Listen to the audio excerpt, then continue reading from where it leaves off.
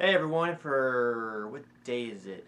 Hey everyone, I'm Bradford Goodrich, and for May 31, 2013, I'm asking the question, what is it about this Jesus? So, Genesis 1:28, God says to Adam and Eve, be fruitful and increase in number, and rule over the fish and the birds and all the animals. Basically, take care of it, and make this world your home. I've said a number of times that God created a perfect world. And that when we look at the world and say, hey, it's really not that perfect, then this isn't what God intended. This isn't the way things were supposed to go.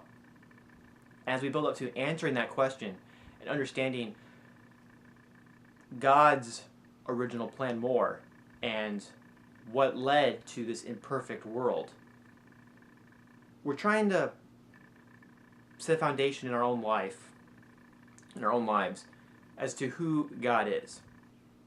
We're here because God wanted us here.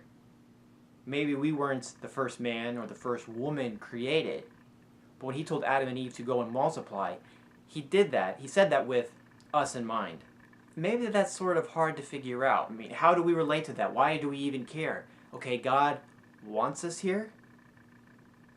Well, if I've never followed God before, if you've never followed God before, suddenly, why would you care if some great deity, some supernatural being says, you're here because I wanted you here?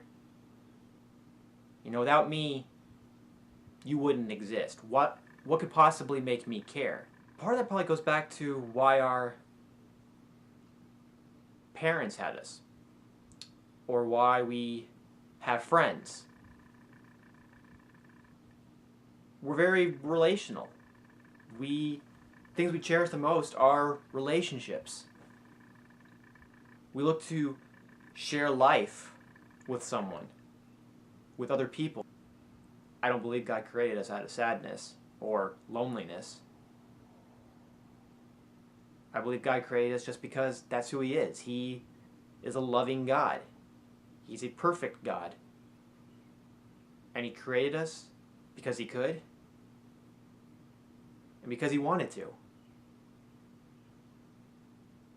Maybe that's hard for us to believe if you've grown up in a house where you haven't felt loved, or maybe you haven't had the best group of friends, or you just had experiences in your life where you almost feel like you don't have a purpose and it's just random that you're here.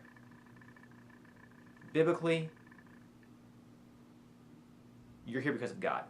And so it doesn't matter what the world tells you. If you want purpose, you're going to find it in God. And so when we ask the question, what is it about this Jesus? What is it that makes people come to Him and care and go to church or Bible studies or just pray to Him or talk to Him for the very first time?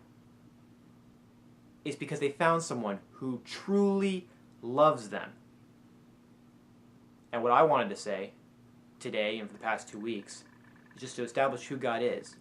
That He's a caring God, He's an amazing God, He's a good God, and He's a loving one. And we'll kind of understand that a bit more, but I think it's important for us to realize who God is in Genesis 1 in a world that was perfect. That for a time, it was pure. There was nothing bad about it. And that's who we have to understand God as being. I think it's important to recognize who God was, and that He's the same God even today that He was in Genesis 1. But to see God as Adam and Eve would have seen Him in Genesis 1. That you'd wake up, you'd find this Creator standing over you, and realize 5 days ago you didn't exist, but now you do. All because of Him. That's something amazing. That's something to explore. And that's why we're finding Sudha.